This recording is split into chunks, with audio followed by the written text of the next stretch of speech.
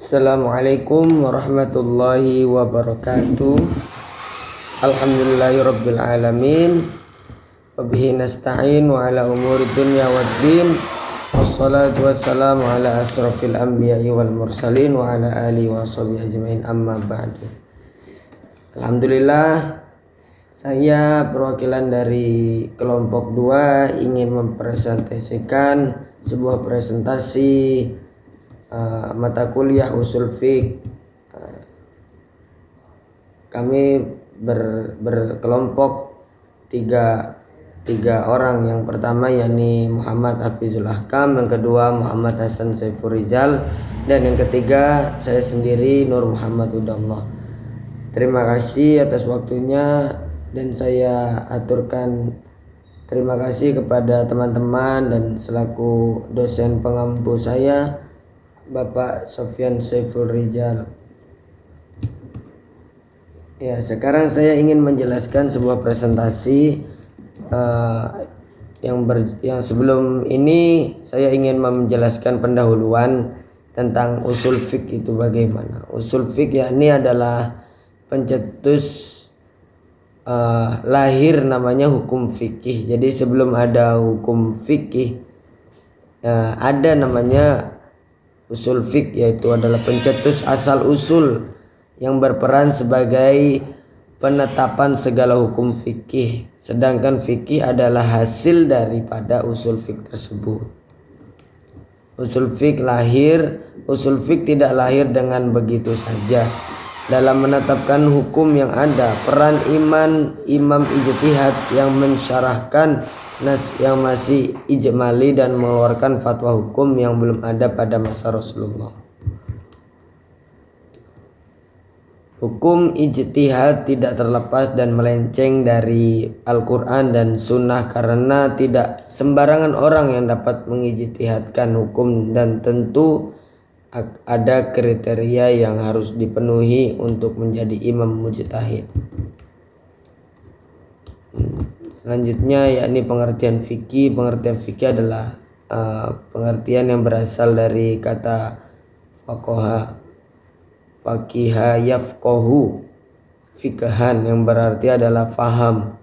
Secara etimologis artinya memahami suatu secara mendalam. Adapun secara terminologis, fikih adalah hukum-hukum syara yang bersifat praktis yang diperoleh dari dalil-dalil yang rinci. Jadi ilmu fikih ialah suatu ilmu yang mempelajari syariat dan bersifat amaliyah, perbuatan yang diperoleh dari dalil-dalil hukum yang ditakrifkan ahli usul.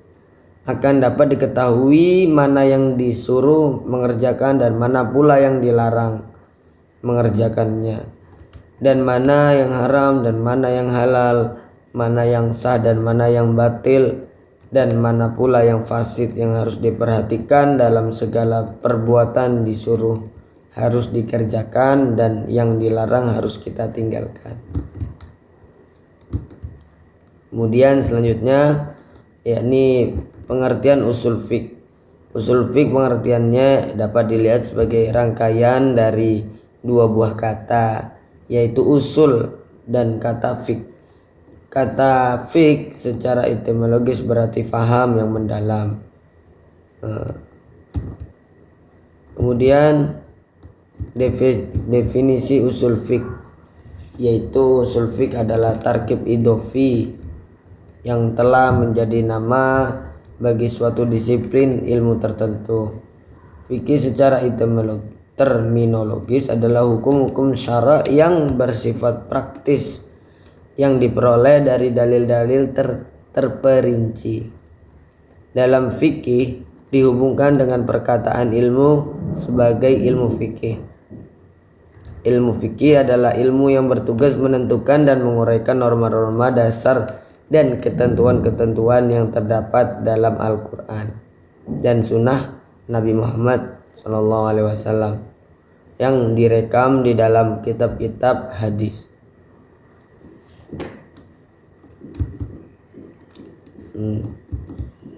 Kemudian selanjutnya yang kita akan memasuki bab, yakni bab yang terkhusus kepada kelompok kami, yakni adalah manfaat-manfaat belajar ilmu usul fiqh. Jadi manfaat-manfaat ilmu usul fiqh ini ada berbagai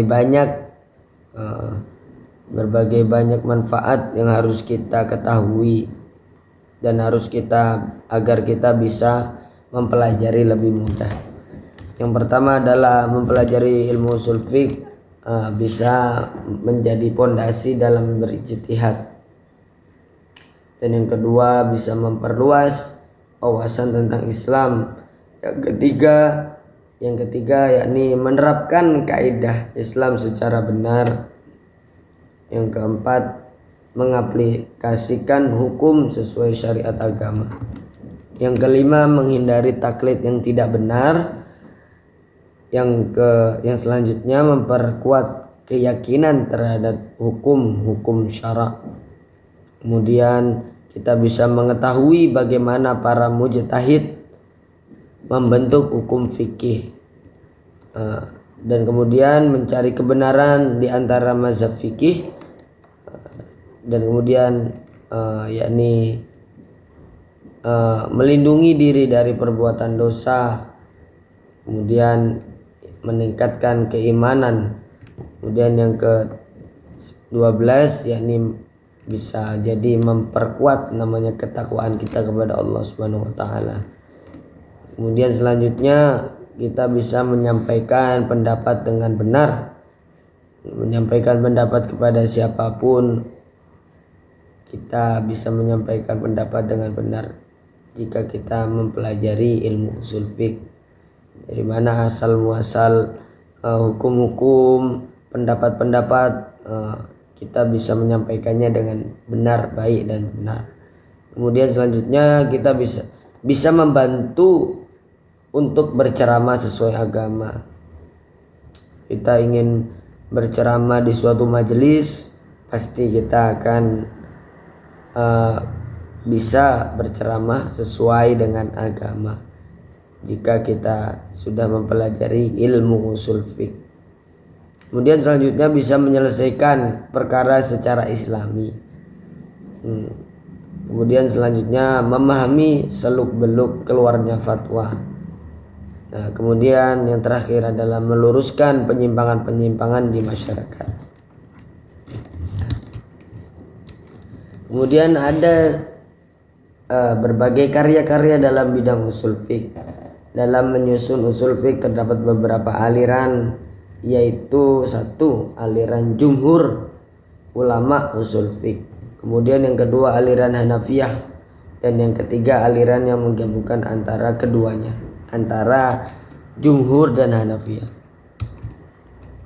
Selanjutnya kitab usul fiqh yang disusun menurut aliran jumhur antara lain yang pertama yakni Ar-Risalah, yang kedua Al-Burhan fi usul fiqh, dan yang ketiga Al-Mughni fi abwab at-tauhid wal al-adl. Kemudian yang keempat Al-Mu'tamad fi usul fiqh, dan yang kelima Al-Mustasfa min ilmi usul fiqh. Kemudian yang keenam Al-Mahsul fi ilmi usul fiqh, dan yang ketujuh Al-Ihkam fi usul fiqh, Al-Ahkam. Kemudian masih banyak lagi yang masih belum kita ketahui. Makanya dari itu kita sebagai mahasiswa kita harus bisa mencari wawasan yang lain. Sekarang yang bisa saya sampaikan hanya ada 7 yang sesuai dengan referensi yang saya dapat. Kemudian ada pun kitab-kitab menurut aliran Hanafiyah, antara lain adalah satu Takwin Al-Abdillah, yang kedua Usul Asy-Syaraksi, kemudian yang ketiga Kanz Al-Wusul ila Ma'rif Al-Usul, dan yang keempat Manar Al-Anwar. Sedangkan kitab usul fiqh yang disusun menurut aliran yang menggabungkan kedua aliran tersebut antara lain, satu adalah Jam'ul Al-Jawami, yang kedua Al-Tahrir fi Usul Fiqh, yang ketiga Musallam Al-Subut, yang keempat Al-Muwafaqat fi Usul Fiqh. Itu saja yang bisa saya sampaikan, kurang lebihnya saya mohon maaf. Terima kasih atas waktunya, semoga bermanfaat bagi kita bersama. Wabillahi taufiq wal hidayah. Assalamualaikum warahmatullahi wabarakatuh.